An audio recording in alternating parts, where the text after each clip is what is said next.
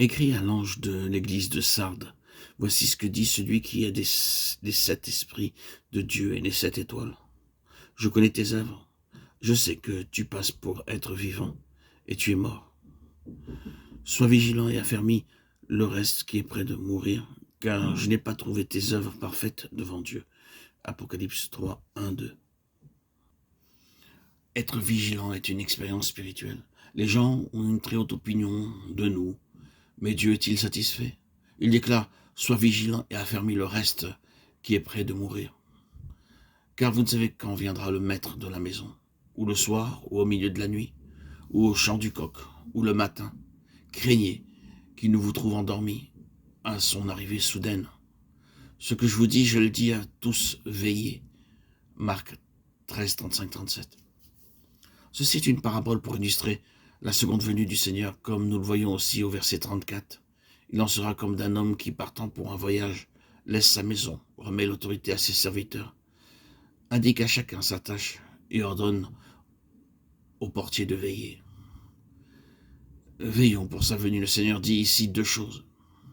Il a donné à ses serviteurs l'autorité, ou le pouvoir d'être ses témoins et d'accomplir sa volonté. Chaque croyant reçut un travail. Tandis qu'il est parti, il a donné à chacun de nous une tâche à accomplir. Et lorsqu'il reviendra, nous aurons à lui rendre compte de notre temps, de notre argent, de notre énergie. Alors, nous saurons si notre temps fut bien employé ou non. Est-ce que mon temps et mon argent sont employés selon la volonté de Dieu? Seigneur, tu m'as donné 10 talents, en voici 10 de plus. Tu m'as donné 5 talents, en voici 5 de plus.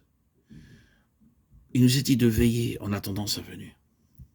De même, Christ, qui s'est offert une seule fois pour porter les péchés de plusieurs, apparaîtra une seconde fois à ceux qui l'attendent pour leur salut. Hébreux 9, 28. Remarquez, ceux qui l'attendent. J'ai combattu le bon combat, j'ai achevé la course, j'ai gardé la foi, désormais la couronne de justice m'est réservée. Le Seigneur, le juste juge, me la donnera dans ce jour-là.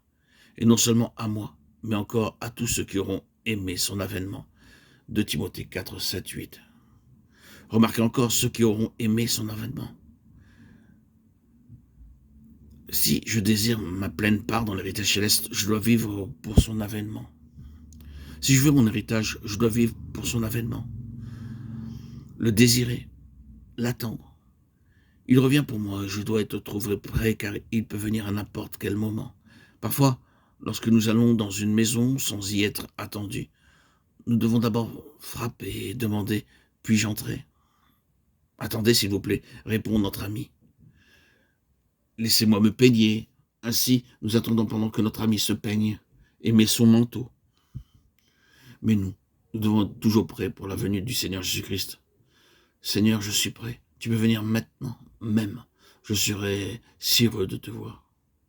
Je sauterai de joie lorsque je le rencontrerai, que je le verrai. Il n'y aura pas l'ombre d'une question, et nous qui attendons son retour, nous devons être prêts.